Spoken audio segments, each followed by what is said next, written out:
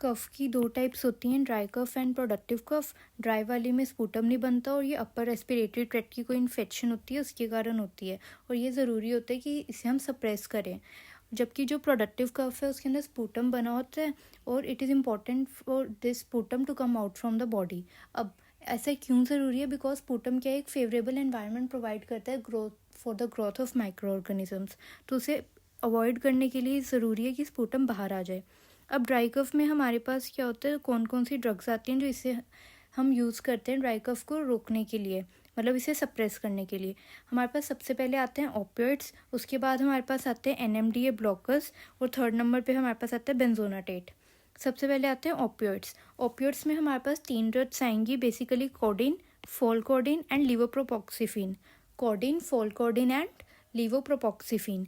अब इसके adverse effects क्या होते हैं? वो है स्केयर्ड से क्या क्या आता है? Sedation, constipation, abuse and respiratory depression. जो रेस्पिरेटरी डिप्रेशन वाला फंक्शन है वो हमें देखने को मिलता है हाई डोज पे। इसी के कारण हम ये जो ड्रग्स होती हैं ये कॉन्ट्राइंडिकेटेड होती हैं पीडियाट्रिक्स में। अब हमारे पास सेकेंड ग्रुप ऑफ ड्रग्स आती हैं जो है NMDA ब्लॉकर। इसमें हमारे पास जो ड्रग आती है वो कौन सी है? डेक्स्ट्रोमिथॉर्फन। इसमें क्या होता है, जो स्केयर्ड वाले एडवर्स इफेक्ट्स हैं, मतलब sedation, constipation, abuse, respiratory depression, ये सब क्या होते हैं? कम होते हैं। इसलिए ये कि हम पीडियाट्रिक्स में ये दे सकते हैं, मतलब बच्चों में हम इन्हें देना प्रेफर करेंगे। अब एक ड्रग इंटरेक्शन आती है कि क्या हम डेक्स्ट्रोमिथॉर्फन को कोडिन के साथ दे सकते हैं, मतलब NMDA ब्लॉकर को ओपियोइड्स के साथ दे सकते हैं? तो ये क्या है? नहीं देना। क्यों नहीं देना? क्योंकि डेक्स्ट्रोमिथॉर्फन क्या है? NMDA ब्लॉकर है, इसमें वो सब साइड इफेक्ट नहीं हो रहे। जबकि कोडिन क्या एक ओपियोइड है, इसमें वो सब साइड इफेक्ट्स होंगे कि सिडेशन, कॉन्स्टिपेशन, एब्यूज़। अब उन साइड इफेक्ट्स को अवॉइड करने के लिए हम जो ये कॉम्बिनेशन है वो नहीं देंगे, क्योंकि अगर हमने इकट्ठा दिया तो ये सब दोबारा से देखने को मिलेंगे हमें। फिर तीसरी ड्रग आती है बेंजोनाटेट। बेंजोनाटेट के लोकल एनेस्थेटिक है। लोकल एनेस्थेटिक मतलब एक पर्टिकुलर एक जगह पे अपना एक्शन शो करती है। अब इसके एक्शन हमारे पास कहाँ कहाँ पे होते हैं? एक तो ब्रेन में और एक होता है लंग में।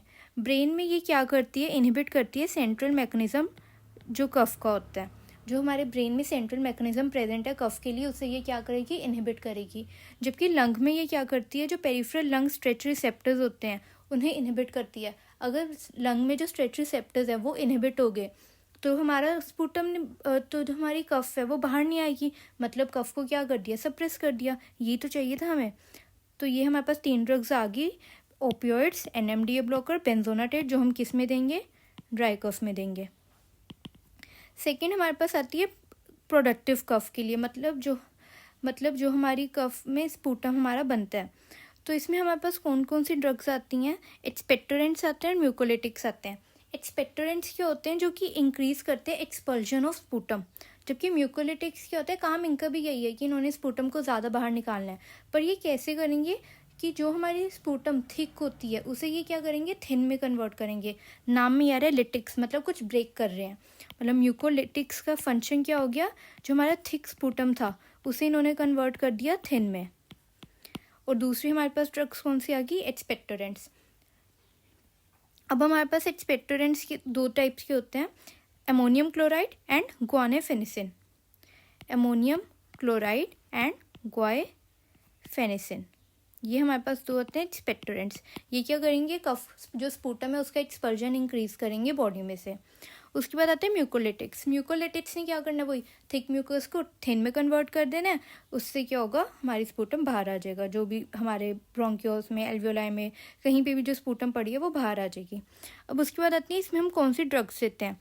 इसमें बेसिकली 4 ड्रग्स दी जाती हैं, इनमें से 2 का सेम एक्शन है और बाकी 2 का सेम एक्शन है।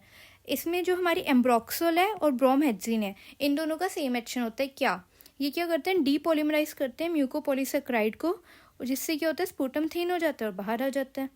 एम्ब्रोक्सोल ब्रोमोहेक्सिन, एम्ब्रोक्सोल ब्रोमहेक्सिन डीपॉलीमराइज करेंगे म्यूकोपॉलीसेक्राइड्स को, जिसके कारण स्पूटम थिन बन जाएगा। फिर और कौन सी 2 ड्रग्स आती है? Acetylcysteine and carbocisteine. Acetyl cysteine, carbocisteine, cysteine, ये क्या करती हैं? ब्रेक कर देते हैं डाइसल्फाइड बॉन्ड को म्यूकस में, जिसके कारण म्यूकस थिन बन जाएगा। तो कौन सी 4 ड्रग्स आ गई? Ambroxol, bromhexine, acetylcysteine, carbocisteine. इसमें से जो एसिटाइलसिस्टीन होती है ये हम पैरासीटामोल पॉइजनिंग में भी देते हैं।